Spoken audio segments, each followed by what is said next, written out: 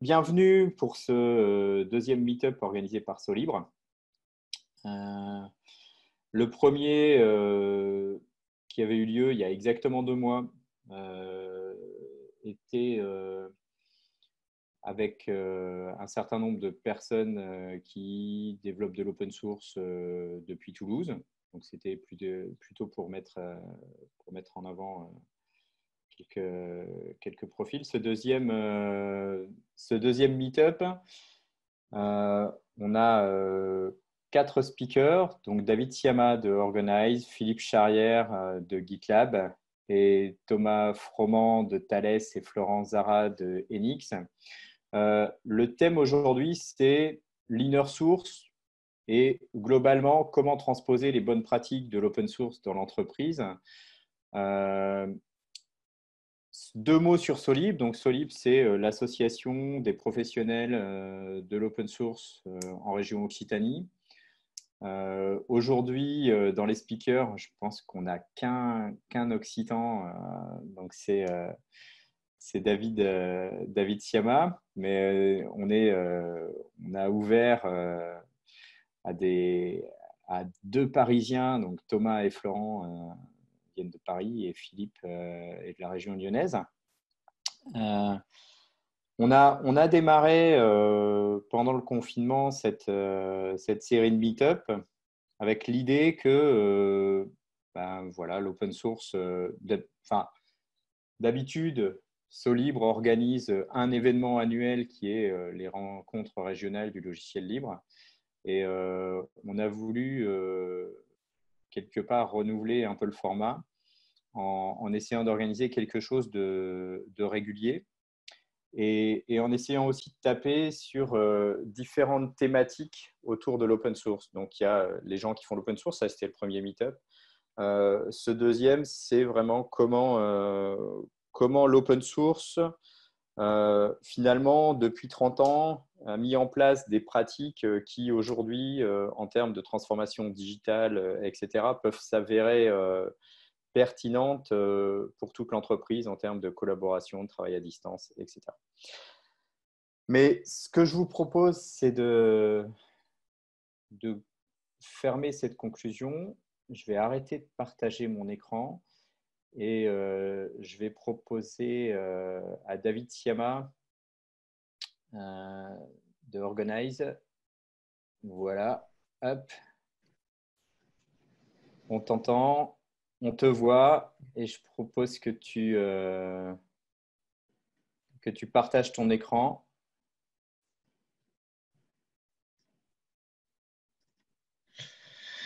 Est-ce que vous voyez bien mon écran? On voit bien ton écran, c'est parfait. Voilà, Super. je me mets en mute et puis à toi. Bonne présentation. Merci.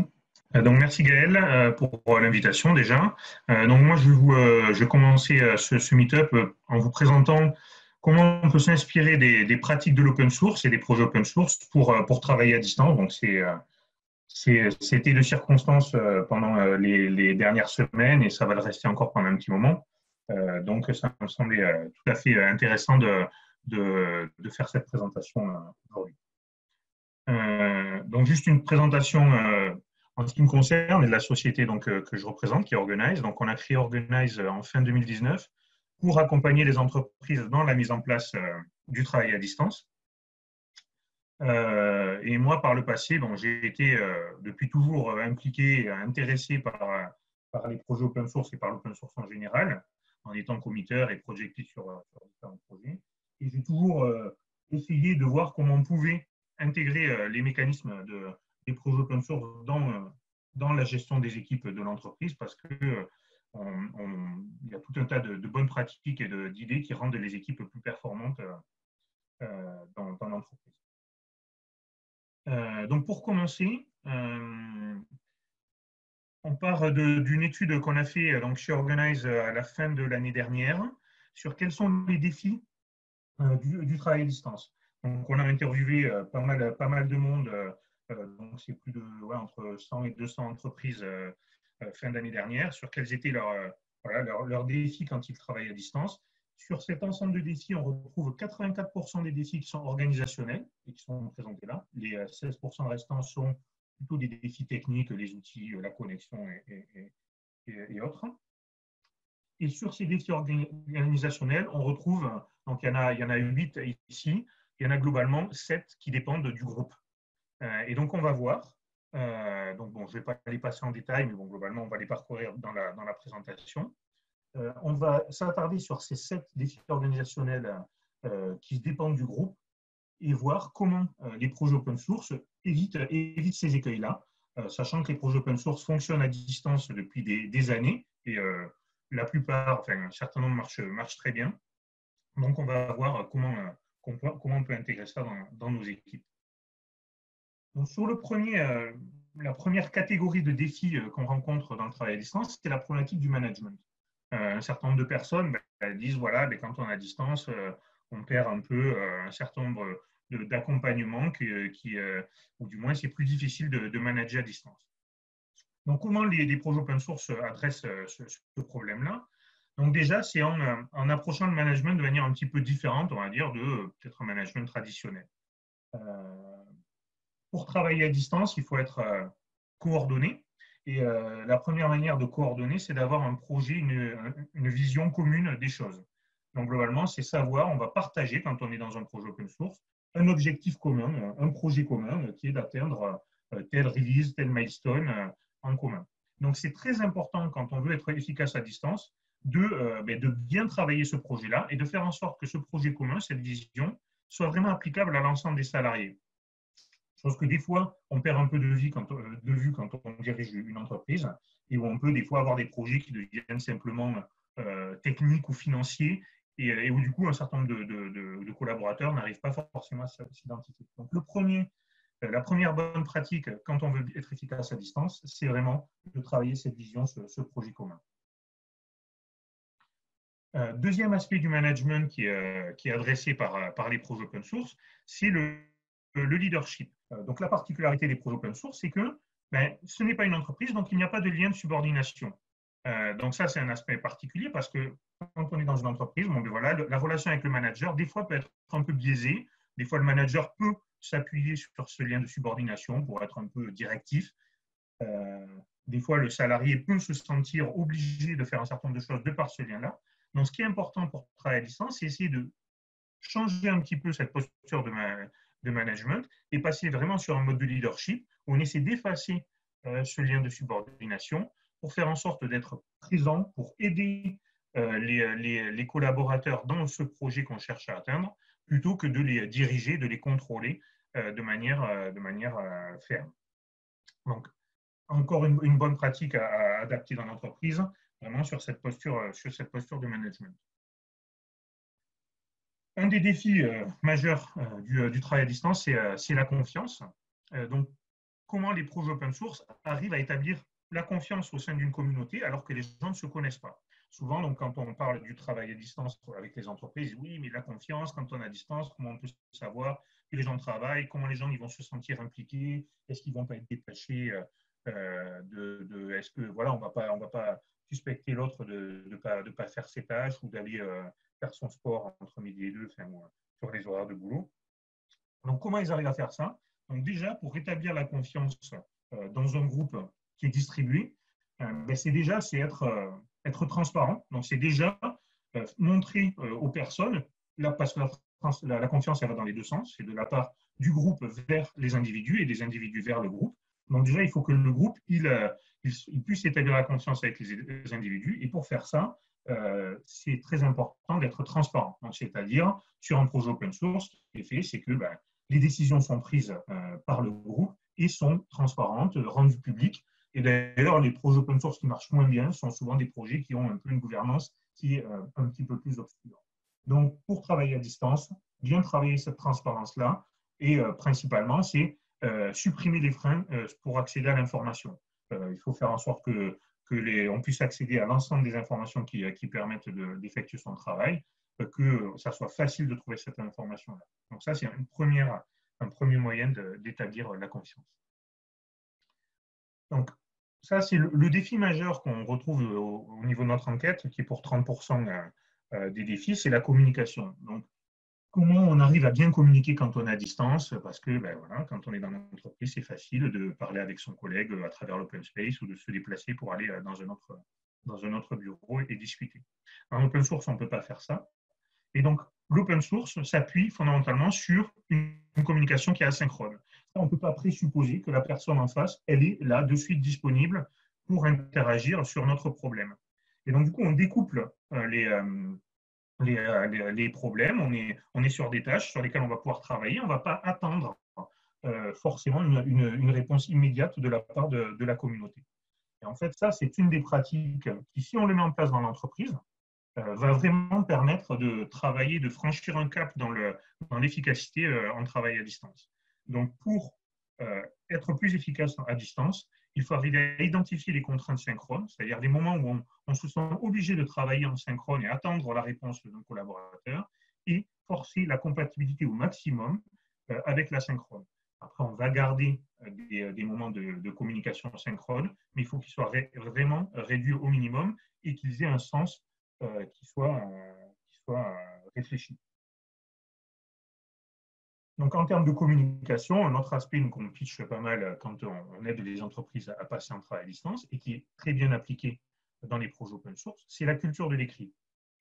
C'est-à-dire, il faut qu'une personne, si elle a envie de s'impliquer dans un projet open source, mais il faut qu'elle puisse prendre en compte, comprendre comment elle fonctionne, comprendre quelles ont été les décisions qui ont été faites par le passé, quelles sont quelle est la roadmap et les actions futures. Et donc, tout ça doit être écrit parce qu'on ne peut pas, encore une fois, en asynchrone, demander à quelqu'un qui nous explique à chaque fois qu'on voudrait onboarder quelqu'un dans la communauté open source, on ne va pas lui passer 1 heure avec lui pour l'expliquer comment la communauté fonctionne, comment le projet, quels sont les prochains milestones. Donc, tout doit être écrit au maximum pour permettre l'intégration de nouvelles personnes dans la communauté.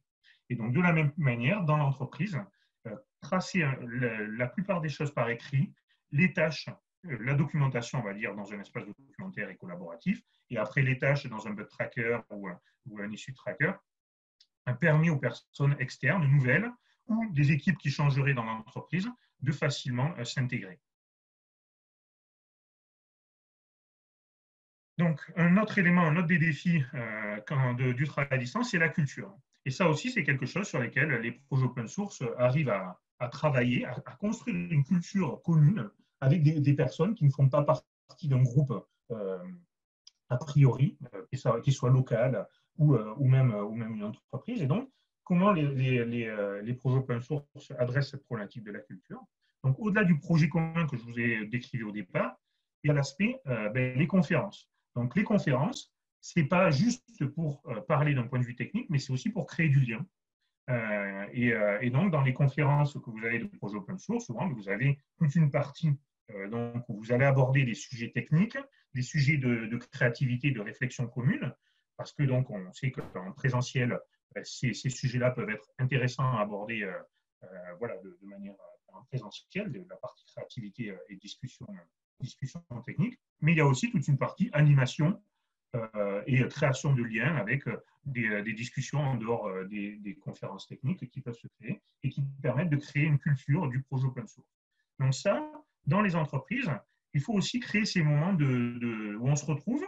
Et je trouve intéressant qu'on ne fasse pas que de la création de liens. Souvent, on va dire on va faire du team building ou une retraite, puis ça va se résumer à faire un bowling, un paintball ou je ne sais pas trop quoi. Et en fait, on oublie aussi la partie créativité commune qui peut aussi être très intéressante pour créer du lien. Et donc, appliquer ça à la création de séminaires et de team retreat au niveau des entreprises, où on va pouvoir, sur une période assez longue, et pas juste une journée, en quelques jours ou une semaine, avoir des moments où on va avoir de la créativité commune, du partage des discussions techniques et de la création de liens en dehors des aspects purement techniques.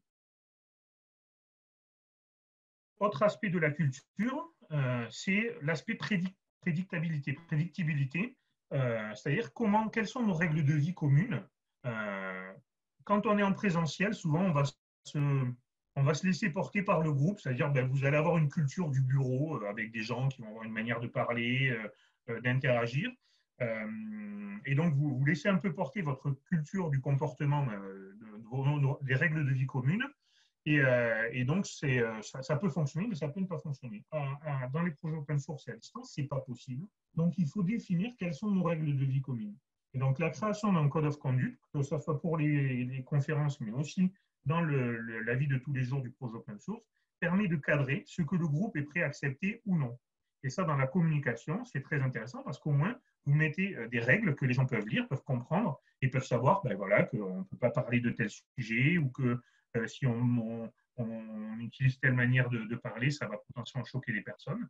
Donc, ça peut paraître un peu rébarbatif, mais c'est très important pour permettre d'être sûr que les gens, quand ils adhèrent à un projet open source, au-delà des aspects techniques, ils comprennent comment la communauté fonctionne.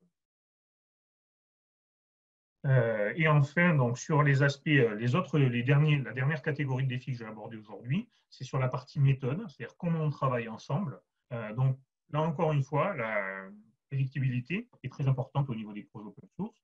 Et donc, quand quelqu'un veut contribuer, c'est important que tous les processus soient clairement définis. C'est-à-dire comment on développe, comment on spécifie, comment on prend des décisions. Il faut que ce soit clair pour que les gens, quand ils rejoignent la communauté, ils puissent s'impliquer aux différents moments de ces processus qui les intéressent. Et donc, tous les processus sont clairement définis. Et dans l'entreprise, plus les processus seront définis de manière légère et compréhensible, il ne faut pas que ça devienne une espèce de truc ignoble à lire, ben, ça permet d'avoir les personnes qui peuvent s'intégrer, qui peuvent comprendre ce qui est attendu d'eux et ainsi mieux travailler. Et enfin, non, il y a encore 2 points, excusez-moi. Ensuite, la partie accès aux outils, donc les moyens pour travailler, là aussi c'est un aspect important. Il faut casser les silos. Donc quand on est en open source, ben, on a accès aux chaînes, on voit les chaînes d'intégration continue, comment elles tournent, on a accès aux tests, on a accès au code source, on a accès à beaucoup de choses et on a accès aux outils pour faire ces tests eux-mêmes, pour rajouter des tests unitaires ou des tests d'intégration. C'est important dans l'entreprise de aussi mettre en place ça, c'est-à-dire faire en sorte que ben, les personnes puissent déployer elles-mêmes des versions pour tester, puissent rajouter des tests, puissent rajouter de la documentation. Et donc, on fait ça en cassant les silos, en permettant aux gens d'accéder aux différents moyens qui permettent d'exécuter un projet et pas juste les choses qu'on pense qui sont nécessaires à leur tâche. Et enfin, dernier point qui est assez intéressant, c'est sur la partie réunion. Les projets open source s'appuient très peu sur les réunions parce que, encore une fois, on n'est pas sur les mêmes time zones, on n'a pas les mêmes contraintes de temps. Et donc, du coup, les moments synchrones, que sont les réunions, il y en a très peu. Et du coup, vu qu'il y en a très peu, elles sont mieux travaillées. C'est-à-dire que les agendas et les objectifs sont plus clairs. Bon, après, ça, c'est un vœu pieux, on va dire, au niveau de l'entreprise, mais c'est un sujet auquel il faut faire attention quand on est à distance. Euh, et, euh, voilà, bien travailler sur les meetings, la chasse aux meetings inutiles et mettre en place des meetings guidelines pour être sûr qu'on ne dérive pas sur ces sujets-là.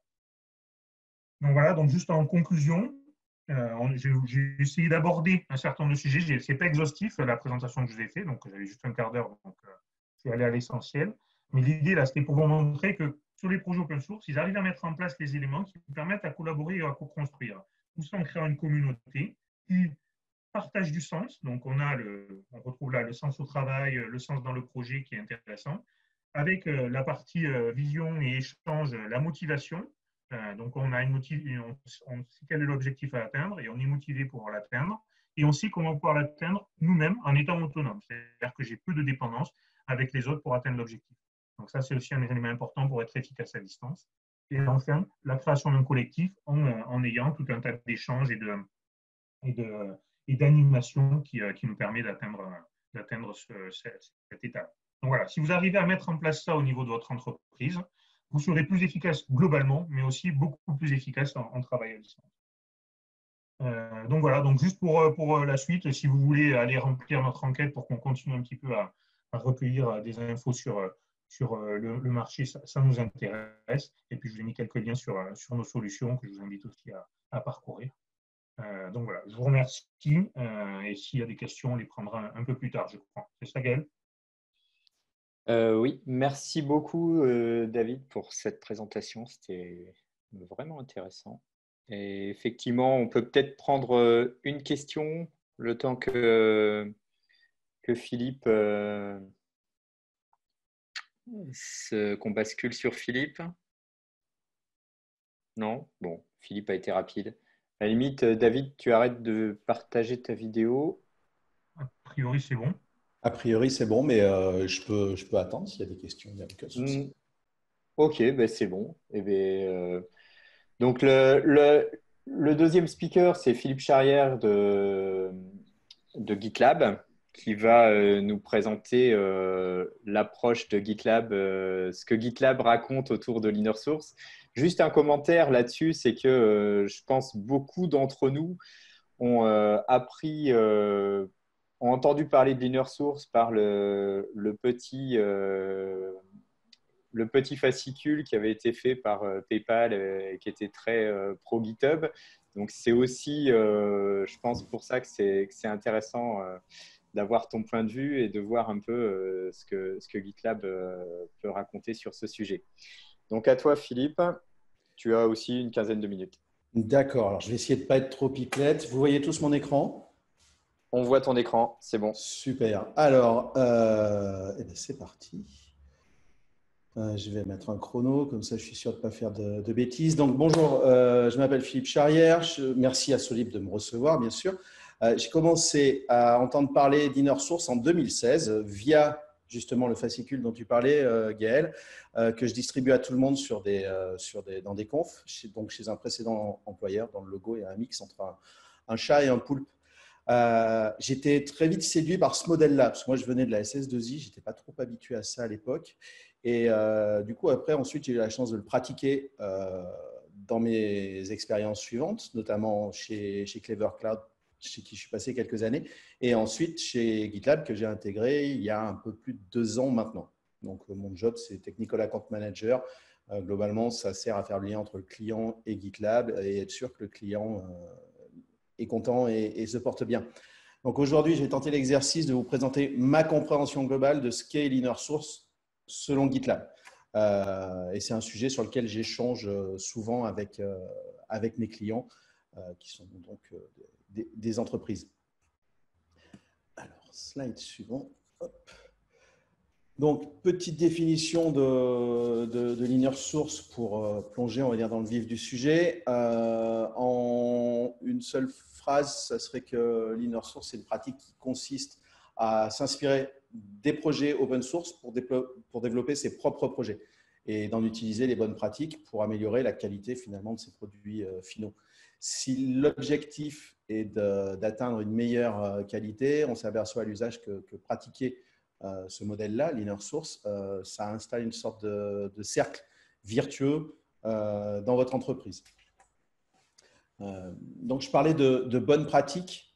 J'ai essayé d'en extraire 3 que moi, personnellement, je trouve essentiels. Déjà, il faut observer le fonctionnement des projets open source pour s'inspirer de leur workflow de développement, par exemple, et de livraison et de build. Ce sont quand même des projets qui font participer souvent des centaines de personnes, voire plus, et ils arrivent à livrer des softs qui fonctionnent, qui n'ont pas à rougir de ce qu'on peut faire dans des entreprises non open source, on va dire, plus classiques. Il faut aussi changer les mentalités et travailler en mode collaboratif. Et alors surtout, ce qu'on met en avant, notamment chez nous, et alors c'est dur quand on est européen et qu'on sort d'une SS2I, c'est être le plus transparent possible dans ses communications. Tout le monde doit avoir le même niveau d'information sur ce qui se passe dans un projet ou sur les projets à un instant T. L'objectif est simple, en fait, il ne faut pas freiner le cycle de vie projet. Alors, je suis désolé pour le terme, mais je suis un ancien chef de projet, donc il y a des choses que j'ai du mal à oublier. Et du coup, ça permet d'être très réactif en cas d'erreur, de découverte de vulnérabilité ou toute autre problématique ou besoin d'être réactif pour la mise en place de quelque chose, d'une fonctionnalité sur le marché. Et pour, au final, toujours atteindre ce même objectif qui est avoir une qualité optimisée parce que l'ensemble de l'entreprise ou du groupe participe au projet. Il y a un autre changement de mentalité qui est difficile à faire passer, c'est dans la mesure du possible, les projets doivent être publics. Alors, quand je dis public, ce n'est pas forcément à l'extérieur, hein, on parle d'inner source, mais au sein de l'entreprise. Comme ça, tout le monde a la possibilité de regarder ce qui se passe sur les autres projets, s'en inspirer, voire même de contribuer. On peut imaginer qu'il y a des contributeurs d'équipes transverses qui participent à d'autres projets. Et du coup, ça permet aussi d'éviter de réinventer la roue et donc de gaspiller du temps, de l'argent aussi. Et puis, vous allez voir aussi qu'en fonction des outils que vous avez en interne, il y a plusieurs manières de contribuer. Vous pouvez contribuer, mais pas seulement sur du code. Ça peut être sur de la doc, sur de la remontée de bugs, sur des propositions d'amélioration. On n'est pas forcément obligé d'être un dev ou un ops pour participer au projet IT de l'entreprise.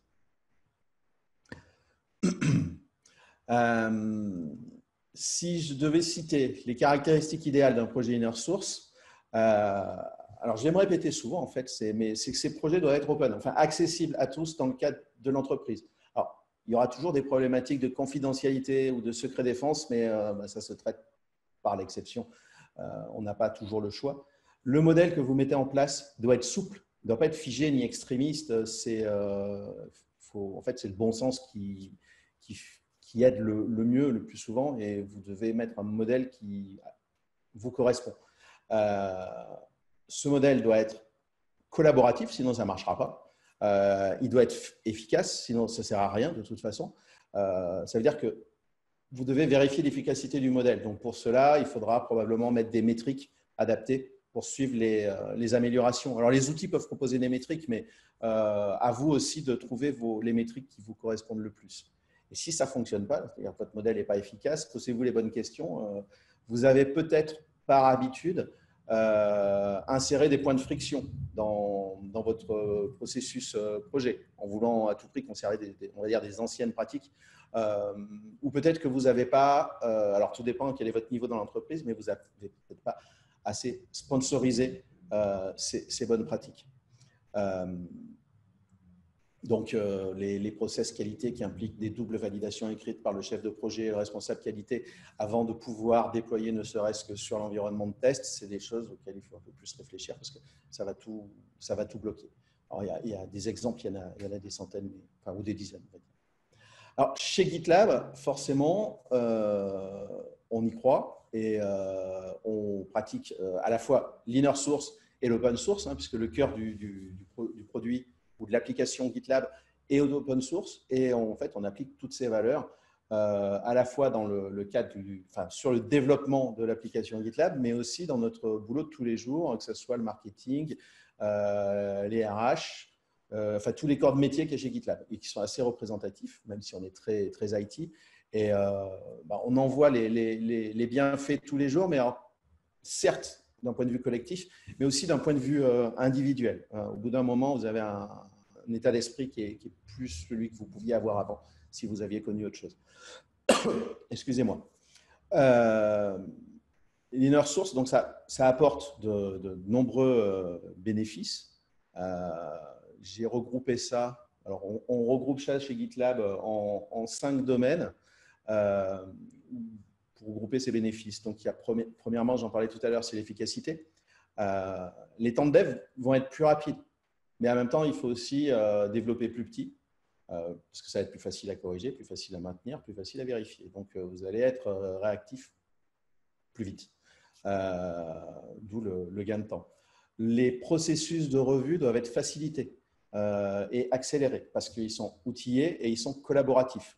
Et il faut les faire de manière asynchrone. C'est-à-dire qu'une revue d'un point particulier du projet ne doit pas bloquer l'ensemble du projet. En plus, si vous bossez dans le monde entier, vous n'avez pas forcément les mêmes horaires. Vous allez réduire vos coûts de développement, notamment parce que vous facilitez la recherche et donc la découverte de choses qui existent déjà. Donc, on va dire faciliter le reuse.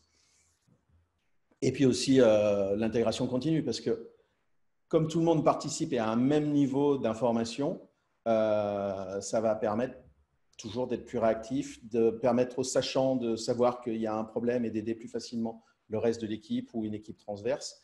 Ensuite, vous allez avoir des bénéfices plus sur tout ce qui concerne le suivi. J'ai peut-être mal, c'est pas le bon terme, on va dire, c'est le fait d'avoir tout l'historique de ce qu'on fait dans les projets. Donc, Et du coup, votre code est mieux documenté, parce que si vous pouvez chercher plus, vous pouvez vous apercevoir plus facilement que quelque chose est mal documenté et proposer des améliorations, des axes d'amélioration sur la qualité de la doc, la qualité du code. Toutes les discussions autour du code sont facilement accessibles au même endroit et faciles à trouver. Du coup, vous avez accès à toutes les recettes de cuisine de votre code. Vous allez comprendre pourquoi pendant vos 2 semaines de vacances, quand vous êtes revenu, il y a des décisions qui ont été prises, parce que c'est dans un outil central et ce n'est pas perdu dans un mail dans lequel vous n'êtes pas en copie. Alors, ça rejoint aussi l'efficacité. Il y a des bénéfices concernant, donc je le disais, la réutilisation sur tout ce qui est code, mode d'emploi, procédure et, je l'insiste, trouvable et cherchable.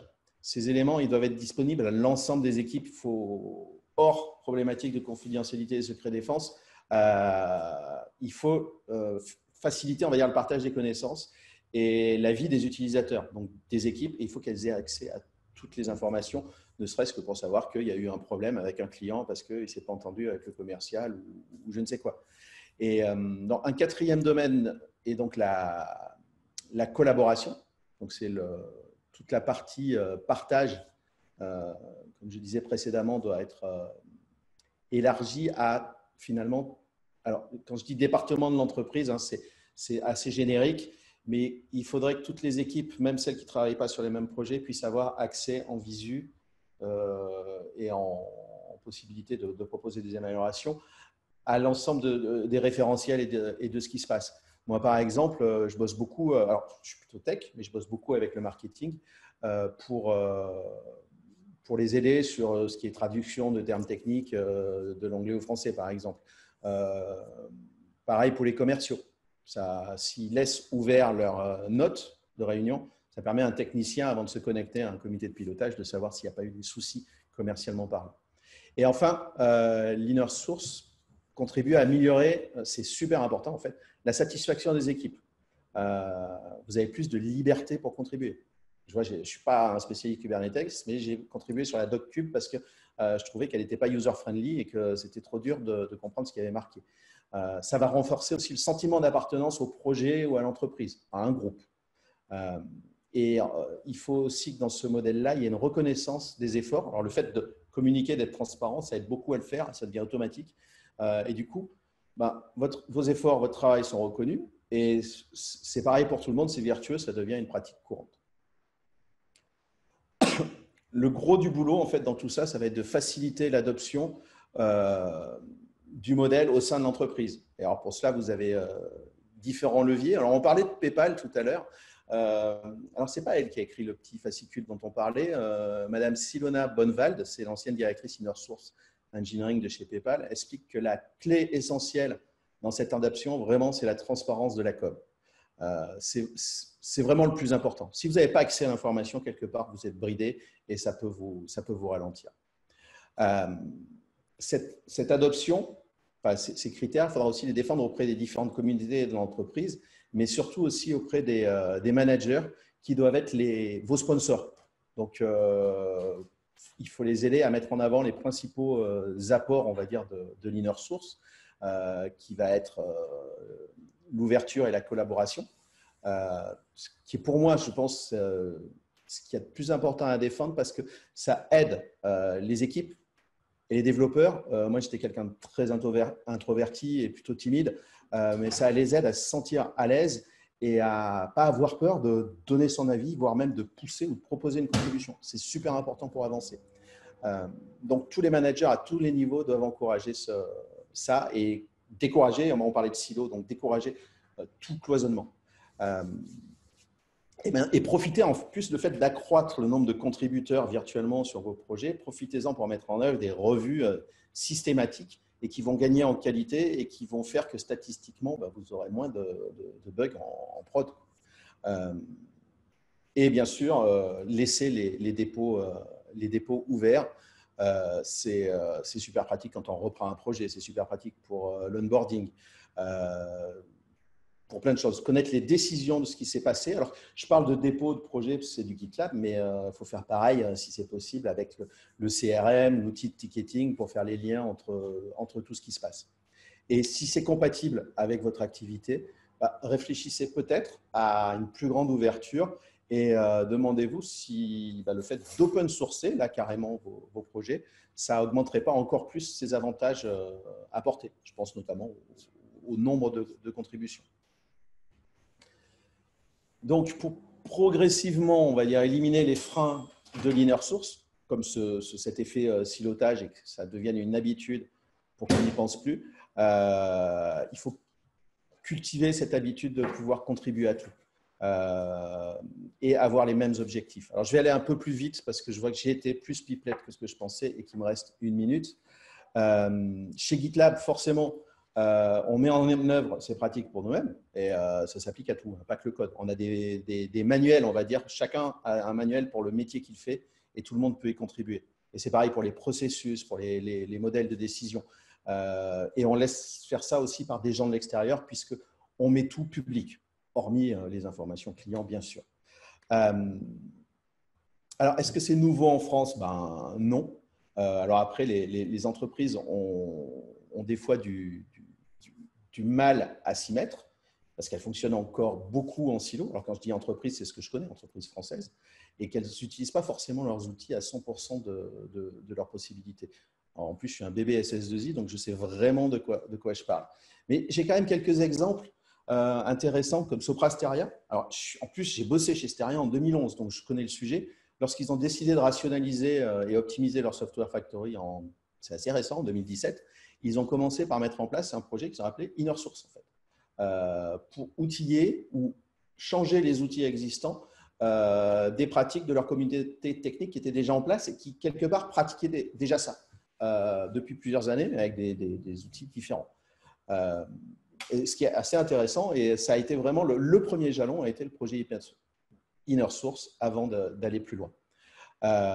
Et puis après, il y a d'autres exemples représentatifs d'entreprises différentes, comme le CERN, qui allait plus loin. Eux, ils open source, et vous pouvez trouver sur leur projet des documents super intéressants. Alors, je ne les comprends pas tous, parce que c'est très scientifique, mais il y en a un sur les outils d'intégration continue qui est juste super instructif. Vous avez Worldline qui a totalement, on va dire, déployé le principe de partage de connaissances et de revue systématique et de revue collective. Et puis après, toutes les boîtes, toutes les petites startups qui commencent dans l'IT, pour eux, en fait, l'inner source, c'est déjà intégré. C'est dans leur gène. Là aussi, je sais de quoi je parle. Hein. Je vous disais que j'ai bossé chez Clever Cloud précédemment. Moi, chez eux, j'ai bossé sur la partie avant-vente, vente et après-vente. Donc, j'avais une espèce de casquette de commercial. Et on a mis en place tout un système de suivi client dans une instance GitLab. Et par contre, on faisait des liens avec le CRM et les outils de ticketing pour avoir un historique complet et savoir à un instant T tout ce qui se passait. Et c'était accessible à l'ensemble de l'équipe, quel que soit le poste qu'on avait chez Clever. Donc, du coup, ça me laisse très optimiste sur le projet, mais je pense qu'il ne faut pas lâcher l'affaire et vraiment s'inspirer des projets open source et puis des clients qui le font déjà. Et donc, je vais m'arrêter là parce que sinon, je peux continuer jusqu'à midi. Et je vous remercie pour votre attention. Merci beaucoup, Philippe. On a eu une question de Florent dans le chat. Florent, je ne sais pas si tu veux la poser directement. Allô, tu es là, Florent? Oui, je suis là. Vous m'entendez? Oui, très bien. Bonjour. Oui, pardon. Oui, Philippe. Rebonjour. Oui, je posais la question, savoir c'était pourquoi GitLab n'implémente pas encore de fonctionnalités sociales comme peuvent le faire d'autres outils. Je ne donnerai pas de nom, mais voilà, il y en a plusieurs. Mais voilà, tu sais, le côté pouvoir créer la collaboration, c'est pas un troll, hein, c'est une vraie question pour comprendre. Pourquoi j'ai vu qu'il y avait un bug qui était ouvert, mais qui traîne depuis quelques temps. Est-ce qu'il y a une raison, c'est une volonté de l'outil ou c'est juste, vous prenez les choses au fur et à mesure, comme ça, voilà, où il y a deux explications? Alors, il y a, je pense, plein d'explications, donc je vais essayer de faire court, mais par contre, je ne serai pas complet. Alors, on ne prend pas les choses au fur et à mesure comme elles arrivent, c'est plus, il y a un ensemble de product managers qui ont des parties de GitLab dédiées. Donc, il y en a pour la CI, il y en a pour l'expérience utilisateur, etc. Et qui priorisent après discussion. Alors, on n'est pas forcément d'accord avec les priorités. Il y a une tonne d'issues qui existent ou de feature requests qui ont été créés en interne ou par l'extérieur, ce qui fait qu'il y en a qui restent en rade effectivement depuis longtemps. Après, sur l'aspect j'ai appelé donc, il y a quelques années chez mon précédent employeur social coding. Il n'est pas mis en avant, mais quelque part, par le biais des issues, des principes de review dans le code et tout ça, il existe et on peut faire exactement la même chose. Sauf que comme GitLab est quand même très axé entreprise, ce n'est pas forcément le côté hype du social coding qui a été mis en avant, mais on peut très bien le faire. Mais tu as un exemple, c'est par exemple, il y a la feature des stars qui existe dans GitLab. Je crois qu'elle est quasiment jamais utilisée par nos utilisateurs, ou très peu. Parce que, ouais, tu as raison, cette partie-là n'est pas mise en avant. En interne, moi, je vois mes clients utiliser énormément les issues pour discuter, parce que pour eux, c'est la recette du projet. Et ont un espèce de réseau social interne, mais c'est pas, on va dire, en termes de com, c'est pas forcément, c'est pas quelque chose sur lequel on communique pour le moment. Ok. Pour quelle raison? Je pense que c'est uniquement une raison de priorisation. Moi, je sais que par habitude, je m'en sers comme d'un outil social, parce que j'ai pris cette habitude il y a quelques années. Mais ouais, ta remarque et ta question sont tout à fait pertinentes. Merci Philippe. Je pense qu'on prendra d'autres questions à la fin du meet-up. Donc là, on a Thomas Froment de Thales qui est prêt à nous présenter l'initiative Inner Source de Thales, à laquelle moi j'avais personnellement participé il y a 2-3 ans. Oui. Donc voilà. Go Thomas, Bon, à toi. vous m'entendez? Vous voyez l'écran? On t'entend, on voit l'écran, tout est prêt. Très bien. Alors, je mets un petit chrono aussi. Hop. Donc, effectivement, donc, Thomas Froment, donc, comme tu l'as mentionné, ben, je suis le community manager de l'initiative qu'on appelle Thales Inner Source Software, TIS, chez Thales. Initiative qui a commencé en fait il y a 3 ans et demi. Effectivement, au départ, à la suite d'une coopération d'ailleurs avec la Fondation Eclipse et avec toi, Gaël, parce que les gens dans Thales avaient constaté les bénéfices d'aller en open source et ils voulaient les transposer dans les murs de l'entreprise. Exactement l'objet du Inner Source. Donc, alors moi, je suis arrivé à cette époque avec un profil, on va dire, de développeur logiciel expérimenté, architecte, puis j'étais devenu coach agile et ça m'a amené finalement assez logiquement à démarrer cette transformation dans le groupe Thales. Alors, un passage très rapidement sur ce qu'est le groupe Thales. Ce qui est important à noter, c'est que il n'y a pas que des ingénieurs logiciels dans le groupe Thales. Vous voyez, il y a plus de 30 000 ingénieurs et dont une bonne partie ne fait pas du logiciel, fait du hardware et fait du système. C'est un élément à prendre en compte dans notre initiative parce qu'on ne travaille pas qu'avec des sauveteux et donc on travaille avec des gens qui travaillent vraiment sur tous les domaines. Et on vise à les embarquer. Et d'ailleurs, au-delà de l'inner source, on considère maintenant de plus en plus sérieusement à aller vers l'inner hardware et l'inner data. Je vais faire un focus sur l'inner source et en particulier le logiciel, puisque c'est par ça qu'on a commencé il y a 3 ans et demi. Et là, on a un petit retour d'expérience. Alors, le pourquoi se lancer? Alors, les précédents intervenants l'ont dit. Faire de la réutilisation, ça paraît naturel, mais ce n'est pas si évident. On est une grosse entreprise. Il y a des silos comme partout, et on a besoin d'essayer d'optimiser, d'aller plus vite et de ne pas tout refaire depuis le début. Alors, les ingénieurs logiciels font ça naturellement avec l'open source. Et il y a un certain nombre de cas où on a envie de partager entre entités du groupe et où on ne souhaite pas forcément le partager avec les concurrents. Dans le monde open source, on partage avec tout le monde, y compris potentiellement des concurrents. Là, on veut partager entre toutes les entités du groupe, ce qui est déjà pas une mince affaire. Il y a un deuxième pourquoi, ça a été mentionné aussi, on voit bien, et ça va être mon focus. Aujourd'hui, je vais faire un zoom particulier sur ce point-là, sur le fait que c'est une transformation culturelle. et que là, il y a une petite illustration qui vient de le motto. Je sais, par exemple, on a des coopérations avec NJ Digital qui fait de l'inner source aussi. NJ, leur motto, c'est « Soyez fiers de votre code, mettez-le en inner source ». Ben, c'est bien le problème, justement, c'est que je suis tellement fier que j'ose pas le partager. Alors, il peut y avoir des craintes du jugement, des craintes de « est-ce que j'ai le droit ?» Donc, il faut essayer de traverser et de surmonter ça quand on fait de l'inner source en entreprise. Et puis avec l'objectif, effectivement, de jouer et de provoquer qu'il y ait de plus en plus de transparence, et transparence gage de qualité logicielle. Et puis un troisième pourquoi, et ça c'était ce mot, c'est ce mot-là, sérendipité. C'est un mot qu'on avait évoqué ensemble, Gaël, il y a 3 ans et demi, hein, que je reprends parce que en fait, ça illustre bien les bénéfices de l'open source et donc de l'inner source c'est trouver quelque chose qu'on n'avait pas forcément prévu au départ, hein, tomber dessus. Et en fait, la transparence va provoquer ça. Et aujourd'hui, avec le recul de 3 ans et demi, on voit ce genre de choses arriver dans les murs de l'entreprise Thales, des gens qui vont générer des nouvelles coopérations qui n'étaient pas du tout prévues au départ parce qu'ils sont quelque part tombés dessus, alors, plus ou moins par hasard. Hein. On essaie de provoquer la sérendipité dans l'entreprise en faisant de l'inner source.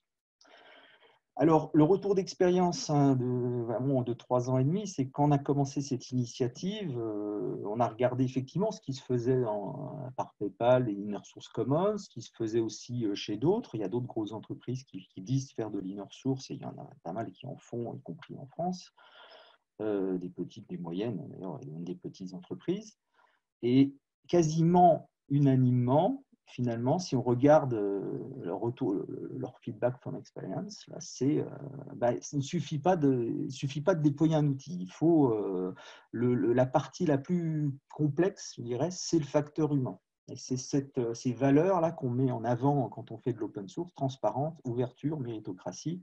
Ces valeurs, elles sont ça veut dire quoi concrètement? Comment on promeut la transparence, de l'ouverture, de la méritocratie en entreprise? Alors évidemment, hein, j'ai dit ça, bon, l'outil ne suffit pas, je ne veux pas fâcher GitLab, l'outil est très important aussi. Mais là, je fais un focus donc, sur ce facteur humain. Et là, si on parle, un de ceux dont on ne parle pas toujours, c'est la méritocratie. C'est quelque chose qui va souvent aller à l'encontre de la pratique courante dans une entreprise, parce qu'on imagine bien que dans une entreprise, il y a des décisions de management qui ne sont pas toujours basées sur du mérite des gens qui font. Il y a des choix stratégiques, il y a tout un tas de raisons qui peuvent aller à l'encontre d'un fonctionnement méritocratique. Alors du coup, je vais rentrer un peu plus, je fais une petite maintenant parenthèse, parce que j'ai dit que j'allais faire un focus sur le facteur humain. Je vous donne cette petite référence sur Dan Pink, sur qu'est-ce qui motive, parce qu'il va falloir, si on dit que le facteur humain c'est le plus important, il va falloir motiver les individus, les gens, les membres de la communauté. Hein, c'est ça qu'on a cherché à créer. On a cherché à créer une communauté inner source. D'ailleurs, je suis venu avec ce type de community manager. Au-delà, évidemment, au-delà des outils, de l'aspect légal, etc.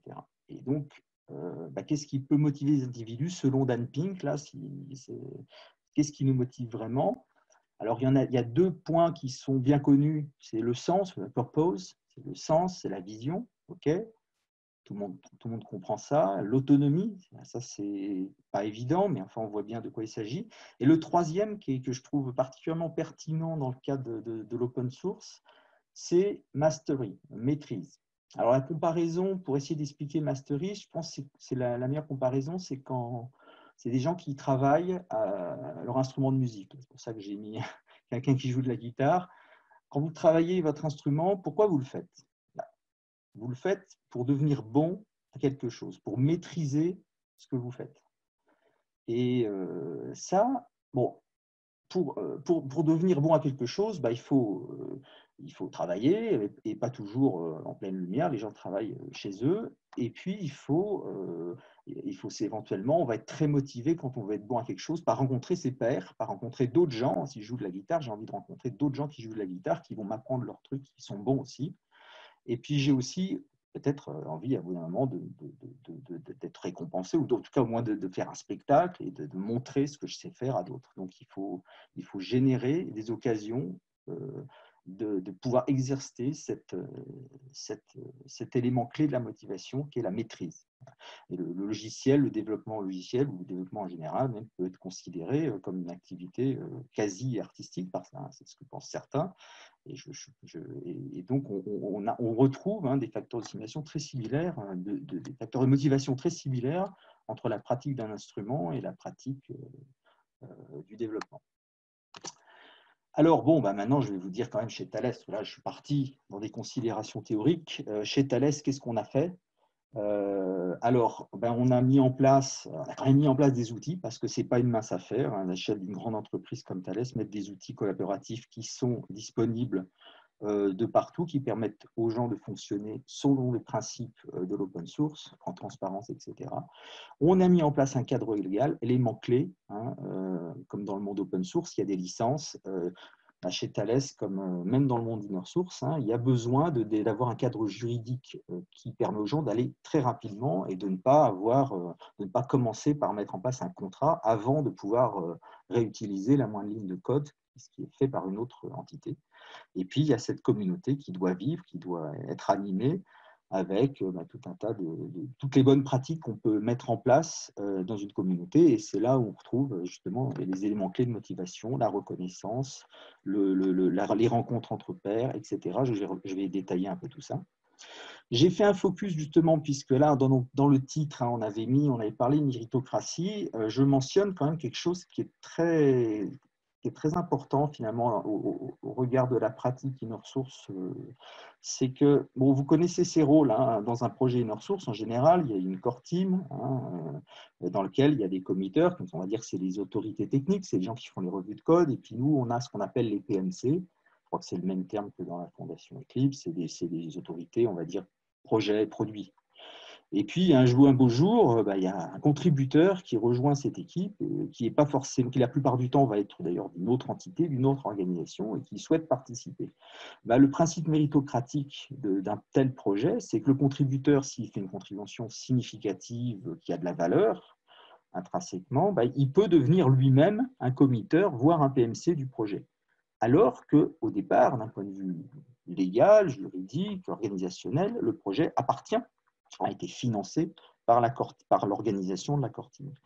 Donc ça, cette possibilité pour un contributeur de progresser dans l'autorité, en termes d'autorité dans le projet, ça c'est très disruptif et c'est quelque chose qui n'est pas évident à mettre en place parce que vous imaginez les freins de toute l'organisation qui a financé, qui manage la core team, d'accepter quelqu'un d'une autre entité comme ayant autorité, par exemple, pour faire des revues de code.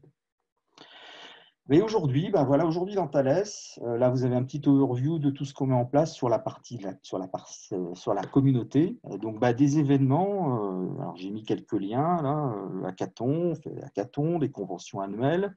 Alors là on déroule un peu tout ce qu'on peut trouver comme dans les bonnes pratiques pour l'animation d'une communauté, remettre des récompenses, comme je disais.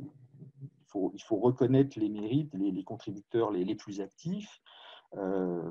Il faut créer du lien. Alors, effectivement, à la demande générale, on avait parlé, effectivement, on a même fait pour un de nos événements de la bière Thales Inner Source, à customiser aux couleurs de la communauté, des badges, des stickers. Alors, c'est pas qu'anecdotique ou pour le fun. Quand on fait, par exemple, les badges incubating, ça correspond à un état qui a été atteint par l'équipe et qui correspond à un vrai une checklist et à une pratique pour mettre en place justement ces pratiques en termes de documentation, d'ouverture du code, le fait d'avoir bien packagé sa licence, d'avoir mis des readme, d'avoir expliqué comment on pouvait contribuer au projet.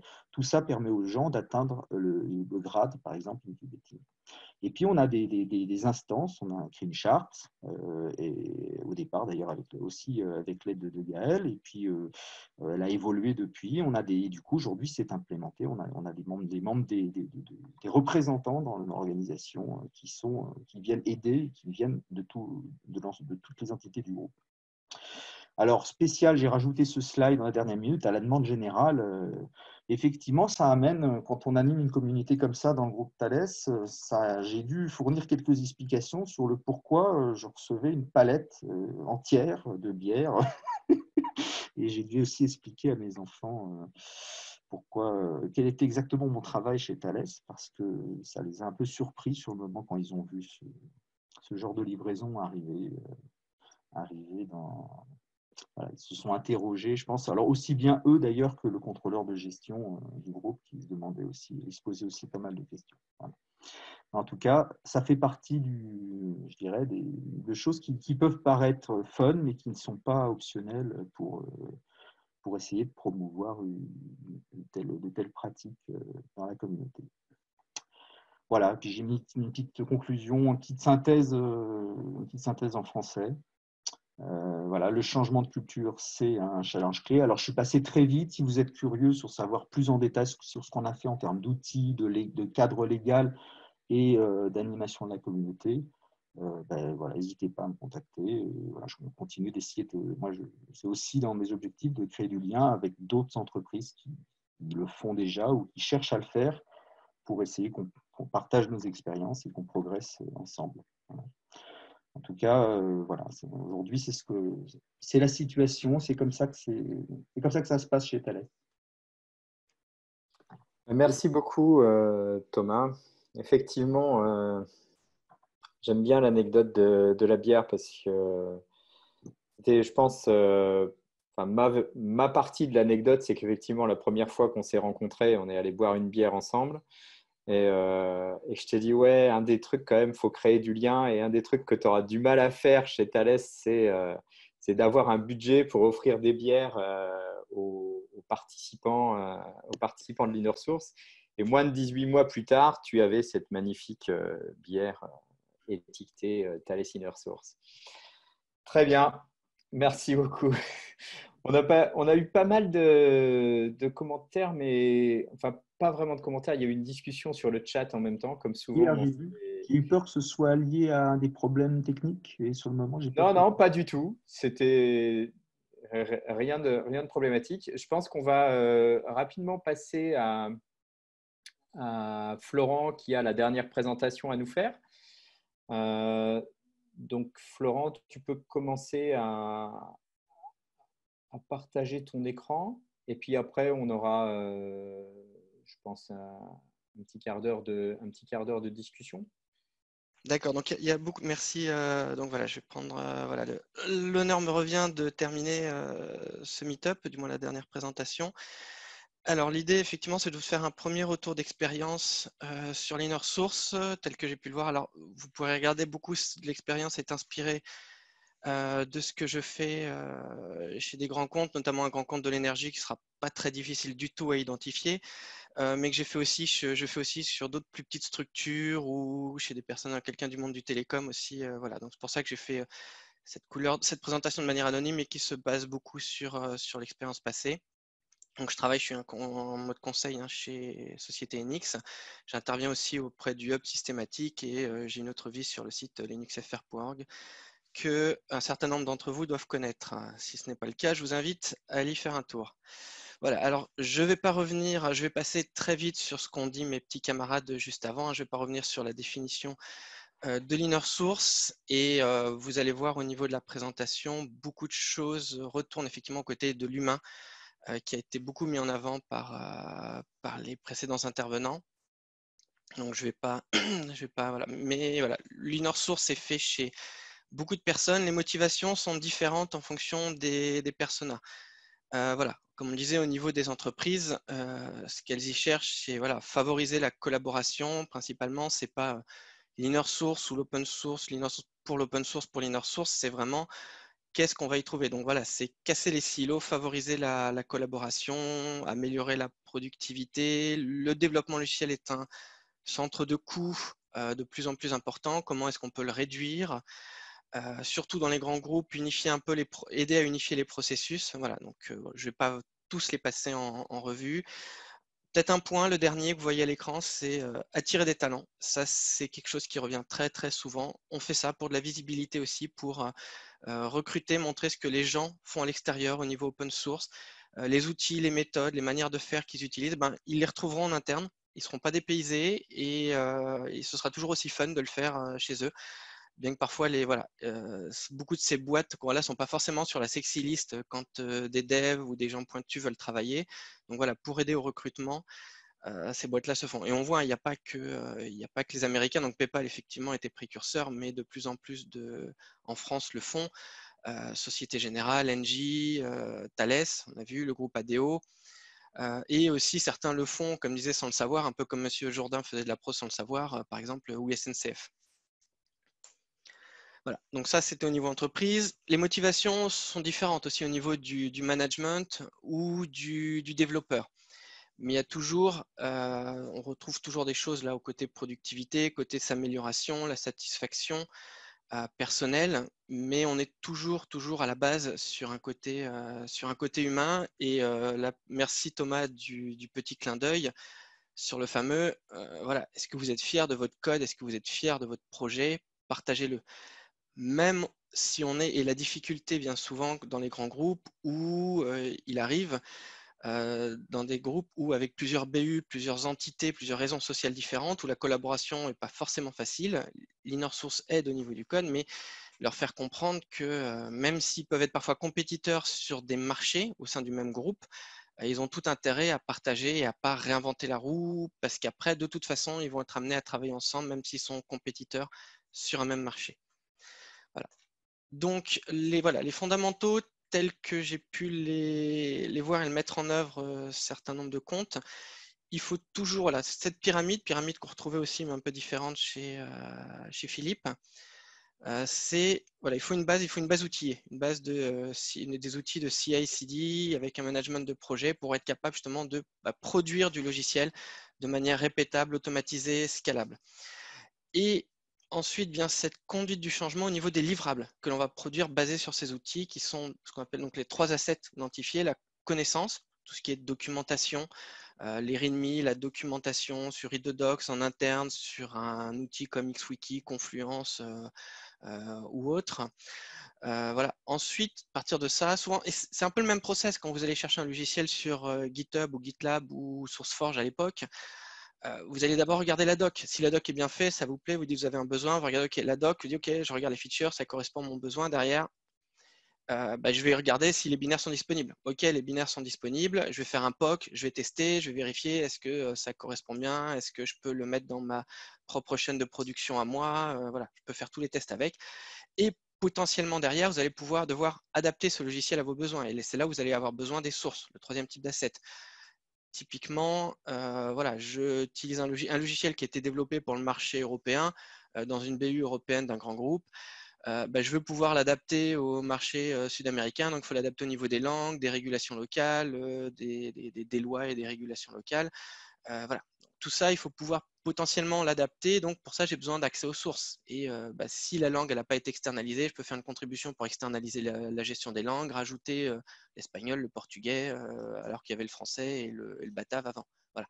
Mais voilà, le partage de ces 3 types d'assets, c'est là où il y a une véritable conduite du changement à faire et un changement de mentalité tel que l'a très bien expliqué avant Thomas et Philippe. Et de la même manière, il faut aussi une communication un minimum centralisée pour pas que les efforts soient dispersés, mais que, un peu comme avant, c'était SourceForge, maintenant c'est GitHub, désolé Philippe, mais de facto l'endroit où on va chercher les projets open source. On va communiquer. Voilà, il faut un point central de communication où les gens peuvent trouver ces assets disponibles pour toute l'entreprise. Donc, je vais détailler un peu plus en faisant un focus plus particulier sur la partie rouge au milieu de la pyramide.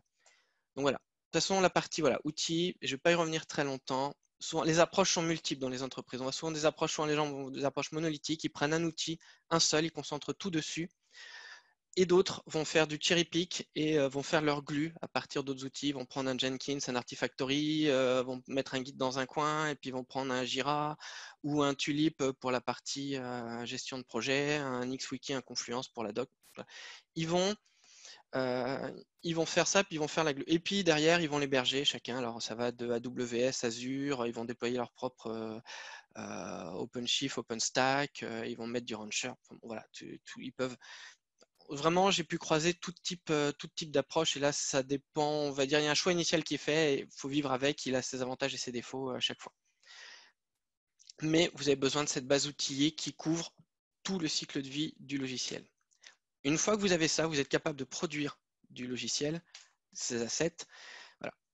Voilà, c'est là où la partie conduite du changement commence. Et là, ça, c'est extrait du motto d'Apache, le Apache Way, qui dit que voilà, il vaut mieux une meilleure communauté qu'un bon code. Parce qu'une communauté avec des bonnes pratiques pourra toujours faire évoluer du mauvais code vers du bon code. Par contre, si vous partez avec une mauvaise communauté qui est pourrie dès le début, votre code, il a beau être le meilleur du monde, il ne sera pas amélioré, il ne sera pas promu, il sera mal géré et il risque de dépérir.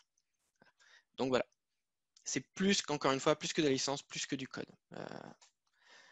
Et c'est là où on remet le développeur et toutes les l'humain au cœur, c'est qu'effectivement, on leur dit, voilà, il faut expliquer aux gens qui vont partager des livrables, mais qui ne vont pas perdre leurs compétences, qu'elles sont réutilisables, qui vont même pouvoir profiter des compétences d'autres personnes, parce que justement, la connaissance, c'est la seule chose qui s'accroît quand on la partage.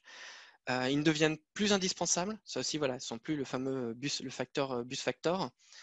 Ils peuvent partir en vacances tranquilles, ils peuvent être beaucoup plus détendus, voilà. Et encore une fois, il faut qu'ils soient fiers de leur code, de ce qu'ils produisent, et c'est leur meilleur CV, leur meilleure carte de visite. Comme en avant.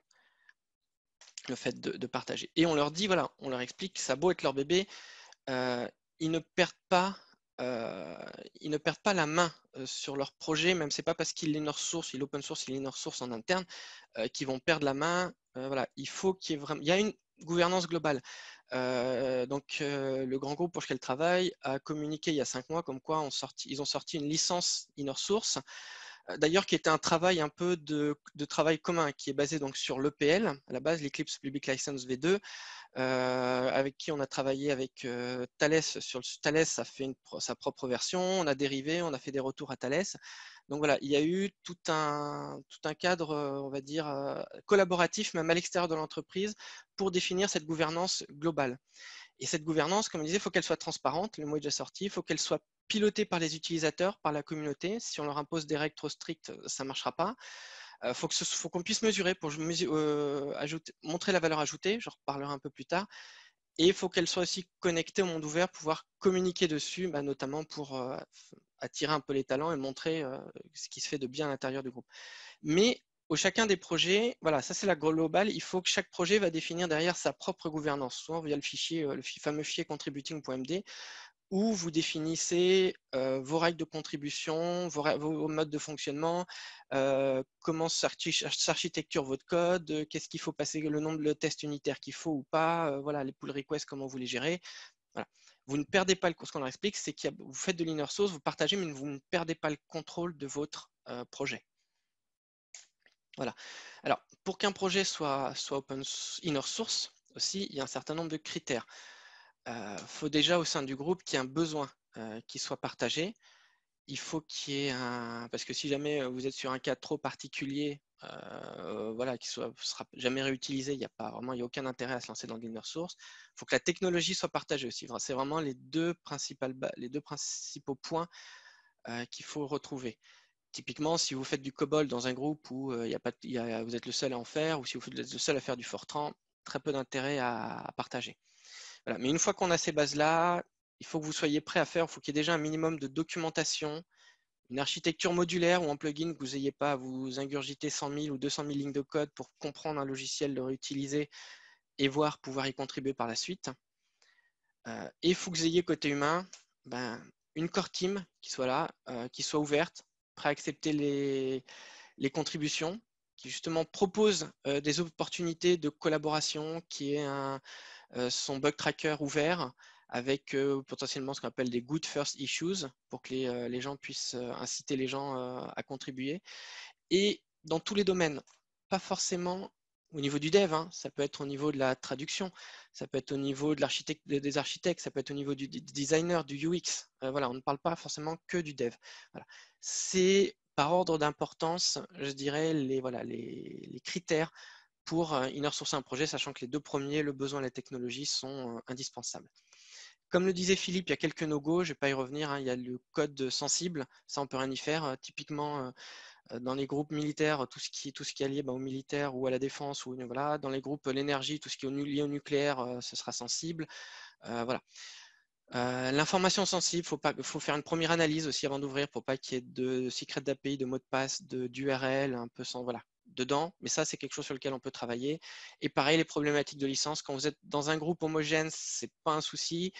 Mais quand vous êtes dans un groupe hétérogène avec plusieurs BU, plusieurs raisons sociales, et que quand vous partagez en interne, ben, c'est quasiment comme en open source, vous distribuez. Et donc, il faut que vous soyez correct et à jour sur la compatibilité de vos licences. Parce que de toute façon, tout le monde utilise du code open source actuellement dans ces projets. Tant que ça reste en interne, ça va. Dès que vous distribuez, c'est là où les problèmes peuvent commencer. Il faut s'assurer que vous êtes d'équerre. Et justement, pour créer cette réutilisation, d'une fois que vous êtes Go, vous n'avez pas de no-go, vous avez dit OK, mon projet est bon pour une ressource, vous avez tous les feux ouverts, il faut pouvoir créer de la confiance pour que votre projet soit réutilisé, soit connu, soit réutilisé et voir que vous puissiez avoir des contributions. Voilà. Là où j'ai travaillé, ou là où je travaille toujours d'ailleurs, on segmente ça en 4 parties, 4 axes d'amélioration pour les projets. Il y a la qualité des livrables, la qualité, donc qu'on a vu tout à l'heure, la qualité de la documentation, l'environnement de développement. Proposer un environnement, c'est pas juste je mets à disposition le code, mais il faut être capable de le reconstruire, de le redéployer assez facilement. Et aussi toute la partie gestion de la communauté, de la communication autour de votre projet. Alors, on a mis en place une petite matrice qui évolue, voilà, un voyage vers cette confiance, la création de cette confiance, selon les 4 axes, avec ce qu'on demande à tout projet, c'est d'atteindre le premier niveau. Donc, je ne vais pas commenter chaque point de cette matrice, parce qu'on pourrait y passer beaucoup de temps.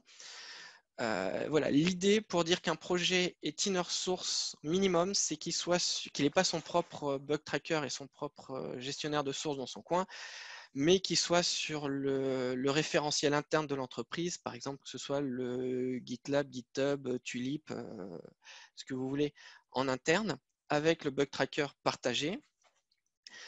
Il faut surtout dans un grand groupe, je le disais, qu'il y ait une licence inner source qui définisse les règles du jeu, qui est un README à minimum qui inclut tout ce qui est installation, le setup, le build, la construction, l'installation, et un minimum de commentaires dans le code pour créer cette confiance. Au niveau de la qualité des livrables, un minimum de QA avec un minimum de tests unitaires, quelques métriques et des bonnes pratiques, typiquement un outil comme Sonar ou Q1 ou d'autres, voilà, avec un code clean, pas de code mis en commentaire ou de code mort, voilà. Et avec un minimum de tags sur le repo pour montrer qu'on est inner source et partager l'information. Et voilà. Et ensuite, on leur dit, voilà, c'est pas forcément ligne par ligne, mais c'est toutes des pistes d'amélioration pour améliorer la confiance, favoriser les contributions, qu'on leur donne tout un chemin avec la confiance ultime, là en haut à droite, avoir des committeurs extérieurs au projet, voire de BU externes. Voilà. Donc voilà pour cette matrice. Mais voilà, une fois qu'on est là, il faut aussi pouvoir, comme je disais, il y a des KPI. Il faut pouvoir mesurer et encore une fois, il faut pouvoir justifier de cette valeur ajoutée de l'inner source en interne, ce que ça apporte. Et aussi pouvoir rendre l'inner source plus efficace et plus opérationnelle. On va mesurer déjà, on regarde tout ce qui est les technologies, les langages utilisés. Typiquement pour pouvoir dire, OK, si tu fais du JavaScript, si tu fais du Python, en plus c'est choses très à la mode, en ce moment, c'est le langage qui marche bien. On dit, bah voilà, regarde, tu as tout à 80% du code chez nous, c'est JavaScript et Python. Donc tu peux, voilà, là, tu vas pouvoir trouver du monde, il y a tout un intérêt. Si on lui dit, bah écoute, il n'y a que 3% des gens chez nous qui font du R, tu peux faire de l'inner source, mais en termes de réutilisation et de partage, ça risque d'être un peu plus compliqué. Voilà. Tout ce qui est aussi l'activité, l'utilisation. Là, je vous ai mis un exemple à côté de cross-contribution. C'est un outil qui s'appelle Hubble qui a été développé par Autodesk, qui permet de montrer la cross-contribution entre des organisations dans un outil de gestionnaire de code source collaboratif. Voilà. Avoir aussi les dépendances entre projets, voir qui réutilise quoi, quel projet. Voilà, vraiment, c'est toujours très compliqué. Les gens voudraient qu'on puisse mettre un ROI derrière. Un ROI financier, c'est très compliqué. Par contre, montrer la réutilisation, l'usage de l'inner source et la collaboration que ça crée en interne, ça c'est beaucoup plus facile et les outils sont déjà là. Et encore une fois, voilà, il faut pouvoir, voilà, on n'est pas non plus, il faut pouvoir animer cette communauté, mais il faut automatiser un maximum de choses parce qu'on n'est pas scalable en tant que personne pour promouvoir l'inner source et l'open source dans une entreprise, dans des grands groupes, voire même des groupes à taille plus réduite, plus modeste. tout ce qui est assessment, au début, les projets, vérifier que j'ai bien readme, la première partie de ce que je vous dis, que mon code est en bon endroit, qu'il est accessible, qu'il est public à l'intérieur du groupe, qu'il y a un contributing, que le fichier licence est bien là, tout ça, il faut pouvoir l'automatiser, fournir. Je sais qu'il y a des gens qui le font, par exemple, comme ADO, il y a des frameworks maintenant qui le proposent, comme ORT. Voilà, je ne sais pas si des outils comme Fossology ou Software 360 peuvent vérifier ce genre de choses, mais voilà, il y a des frameworks qui existent qui permettent de le faire.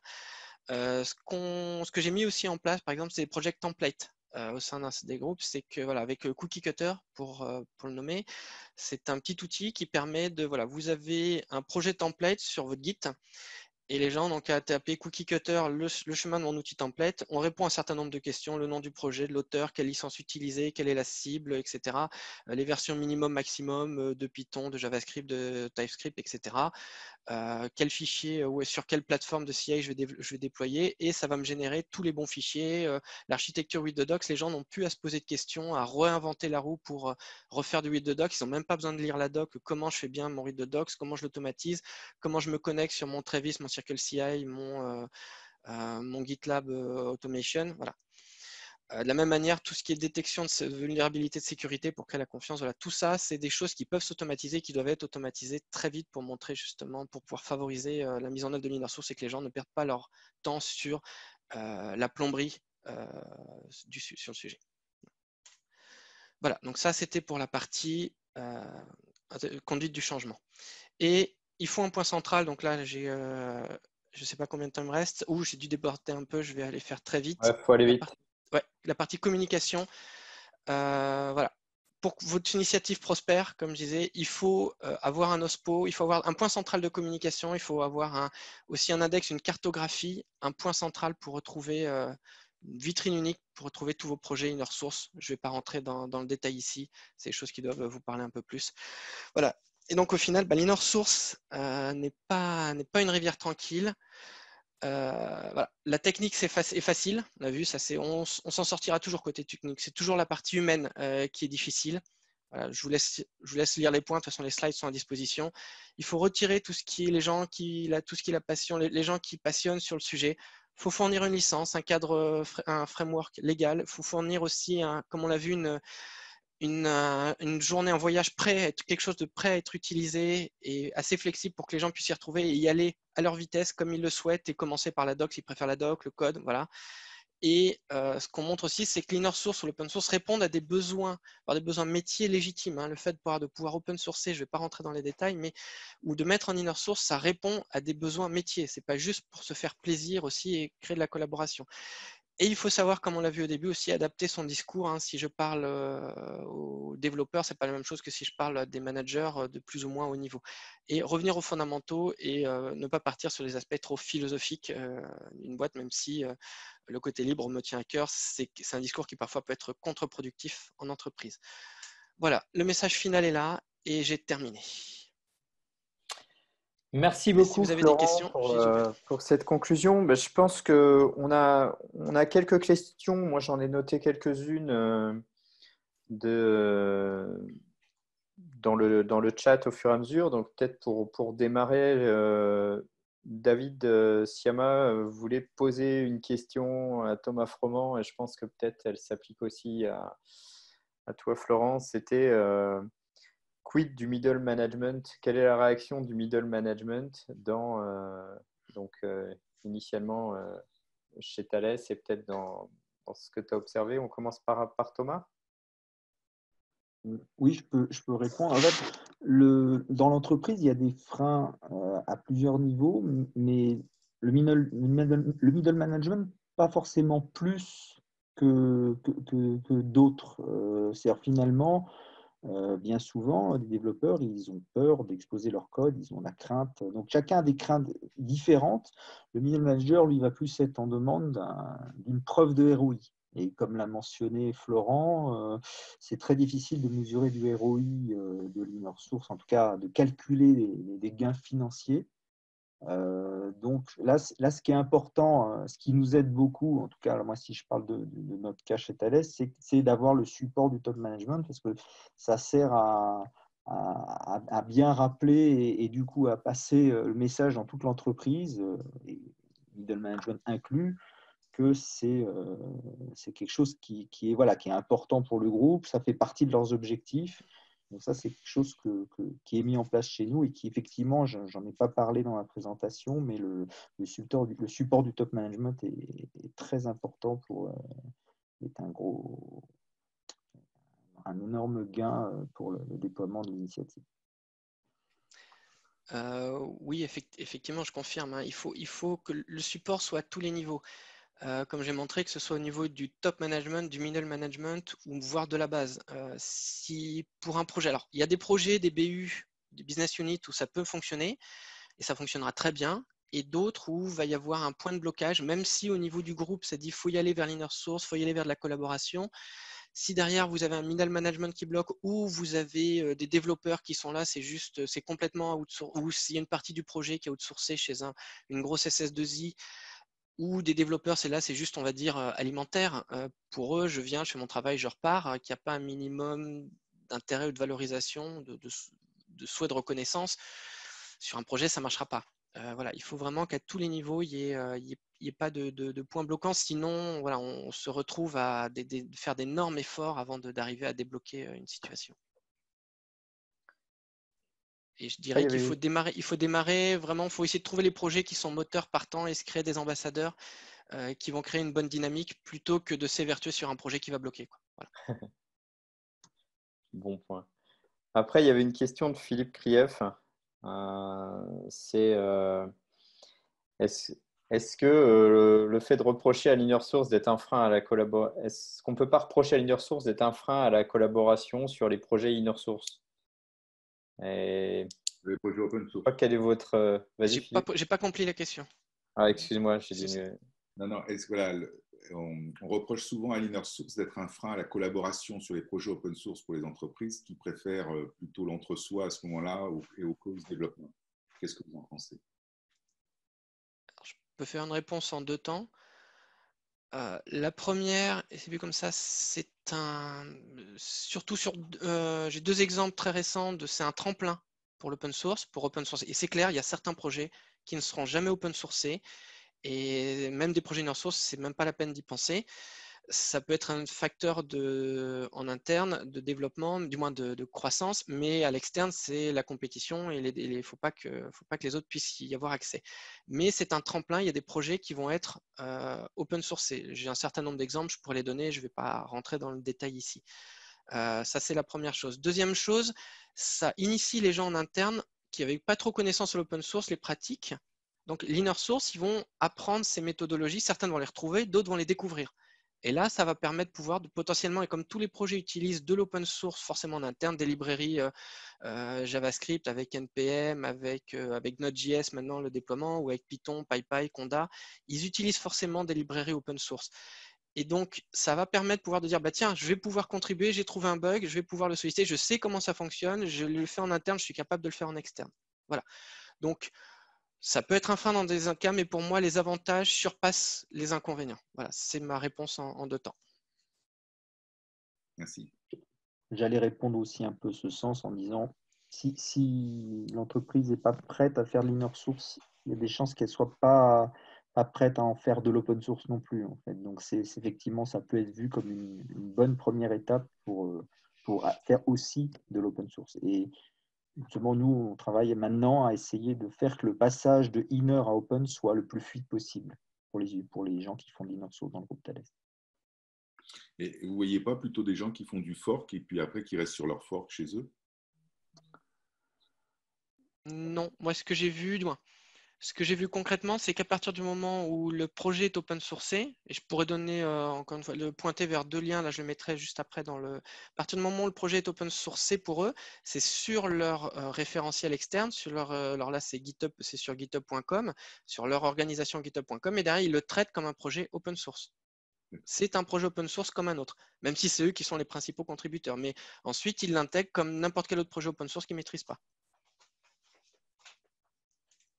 Et puis, c'est tellement chiant de toute façon de désynchroniser, de forquer un projet, de désynchroniser, et puis après d'essayer de le remettre à jour avec le projet initial parce qu'on s'aperçoit qu'il manque quelque chose, que ça devient très vite une mauvaise pratique. Donc, de fait, je crois que les gens se mettent réellement à jouer le jeu. Oui, moi, je vois des développeurs qui ont vraiment horreur des forks, en fait. Ils n'ont pas envie ils ont envie de gérer, que leurs modifications soient réintégrées. Donc, je ne sais pas si c'est plus ou moins que dans l'open source, ça, je n'ai pas assez de recul, mais en tout cas, les développeurs savent bien que ce n'est pas une bonne pratique. Par contre, ça apporte quand même de la souplesse temporairement. Un fork apporte du loose coupling organisationnel entre des équipes. Ça leur permet de travailler sans être bloqué par l'équipe, par la core team. Et ça, c'est très intéressant d'un point de vue pratique logiciel, à condition que le fork, évidemment, soit mergé un jour. Voilà, j'ai mis un exemple question, dans le chat. merci pour cet exemple. On a une question de Sébastien Dino. Vas-y, Oui, Sébastien. bonjour. Vous m'entendez, c'est bon? On t'entend parfaitement. Ok. Moi, j'ai une question. C'est comment les entreprises qui généralisent l'inner source permettent-elles à leurs salariés de s'investir, de travailler sur des projets sur lesquels ils ne sont pas censés travailler? Je suis dans une entreprise, moi, qui compte 2000 personnes, qui publie certains de ces logiciels en open source. Donc, on a une certaine maturité sur le sujet. On a vraiment des communautés extérieures. Et pourtant, moi, ce que je constate au niveau aussi bien des projets open source que l'on a que des projets internes, c'est que les gens sont affectés à des projets et ils n'ont pas de latitude pour collaborer à d'autres.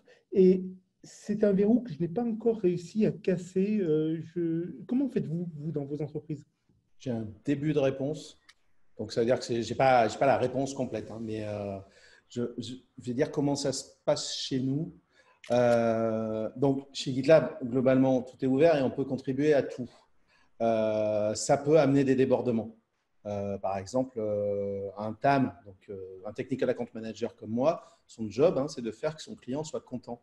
Mais j'ai le droit d'aller participer sur des issues concernant la diversité, l'inclusion ou je ne sais quel autre sujet. Ou travailler même sur des bouts de code de l'équipe qui fait du serverless, même si ce n'est pas mon job. Par contre, si mon manager direct s'aperçoit que je passe plus de temps à contribuer sur des choses qui ne sont pas en relation directe avec mon métier, il me le fera remarquer de manière bienveillante, mais il m'expliquera que j'ai des objectifs. En fait, on a tous des objectifs chez GitLab qui sont ou qualitatifs ou quantitatifs, tout dépend des métiers. Et globalement, mes patrons se foutent de savoir comment je vais atteindre mes objectifs. Ce qu'ils veulent, c'est que mes objectifs soient atteints. C'est le même problème que pour le remote. Peu importe de quelle heure à quelle heure tu bosses, si tu as un dossier à rendre à une certaine date, on s'en fout que tu aies bossé 2 heures ou 4 heures ou plus dessus. L'essentiel, c'est que le dossier soit rendu et de bonne qualité. Donc, chez nous, il n'y a pas de recette magique. Par contre, nos managers sont attentifs à ce que l'on fasse notre travail. On revient du coup à ce qui était présenté initialement par David sur les aspects de confiance, etc. Peut-être que ça dépend, je pense, un petit peu aussi du contexte d'entreprise. GitLab ne me semble pas être une entreprise classique, donc ce serait peut-être intéressant de… Ouais, mais Sébastien, il est plutôt dans une ESN, donc ce qui est encore… Mais j'ai vécu ça en ESN. Et alors, des fois, je l'ai bien vécu et des fois, je l'ai mal vécu. Quand je faisais beaucoup d'avant-vente, l'avant-vente, c'est toujours un truc où de toute façon, le commercial a pris le dossier en retard. Donc, on répond en retard et il faut faire plein de choses la nuit et le week-end. Et dans ce cas-là, je pars avec le dossier et je vais chez moi pour bosser. Et j'ai un patron qui me disait, moi, il n'y a aucun problème. Si je ne te vois pas pendant 2 semaines, mais que tu me fais des points régulièrement, il n'y a aucun souci. Et il y a un autre patron dans une autre SS2I qui m'a dit, mais moi, je ne veux pas que tu ailles travailler chez toi. Comment je sais si tu travailles? Donc, c'est toujours ce problème de confiance. Mais j'ai pu utiliser ces techniques, on va dire, en société de service aussi. Sauf que dans certaines sociétés, alors ça ne venait pas forcément de l'entreprise elle-même, ça venait plutôt du manager qui était directement impacté, c'était plus ou moins accepté, voire refusé. Dans ces cas-là, je suis trop têtu. David, tu voulais commenter? Oui, tout à fait. En fait, c'était aussi lié à ma question sur le middle management, parce qu'en effet, sur le changement de posture managériale qui est nécessaire pour fonctionner, que ce soit à distance ou en mode inner source, c'est-à-dire où on va chercher à plutôt essayer de donner la liberté aux gens de pouvoir contribuer et voir des choses que jusqu'à présent, pouvaient pas voir ou sur lesquels ils ne pouvaient pas contribuer. Donc, ça nécessite de faire évoluer un peu le management pour être sûr qu'il y a en effet, ce n'est pas dépendant du manager qu'on a. Parce que, Philippe, tu l'as expliqué, si le manager, il fait confiance et qu'il fonctionne aux objectifs, aux résultats, il n'y a pas de problème. Mais si c'est un manager qui est un petit peu plus dans le contrôle, ça va être plus compliqué. Donc, pour moi, il y a un accompagnement quand même du management à faire pour faire en sorte que ça puisse se passer du mieux possible dans l'ensemble de la boîte, quoi. Et un autre point aussi, c'est le rôle, quand il y a un OSPO, c'est le rôle de l'OSPO, alors Open Source Program Office, ou parfois ISPO, Inner Source Program Office, c'est le rôle de l'OSPO aussi d'évangéliser ou de sensibiliser le management à dégager du temps, à valider, à intervenir si besoin et à jouer et à faire le jeu de l'open source. Très bien. Oui.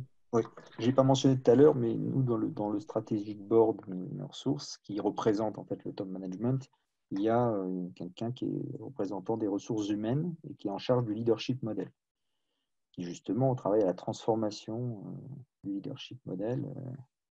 On voit le lien avec l'Inner Source, justement. D'accord, merci. Très bien. Je pense qu'on va s'arrêter là parce qu'on a un peu dépassé notre timing. Merci à tous, aux participants et surtout aux présentateurs. Je pense qu'on a eu des présentations vraiment intéressantes ce matin. Donc, merci. On publiera, comme je disais, d'ici une semaine, les vidéos. J'ai compris que certains d'entre vous comptent publier les présentations. Et donc, si vous n'avez pas de place naturelle pour publier votre présentation, on peut le faire sur le site Solibre. Moi, ça nous intéresse. Voilà. Et donc, merci à tous. Merci de nous avoir consacré votre temps ce matin. Et bonne journée à tous et bonne continuation. À bientôt. Avec plaisir. Merci. À bientôt. Au revoir.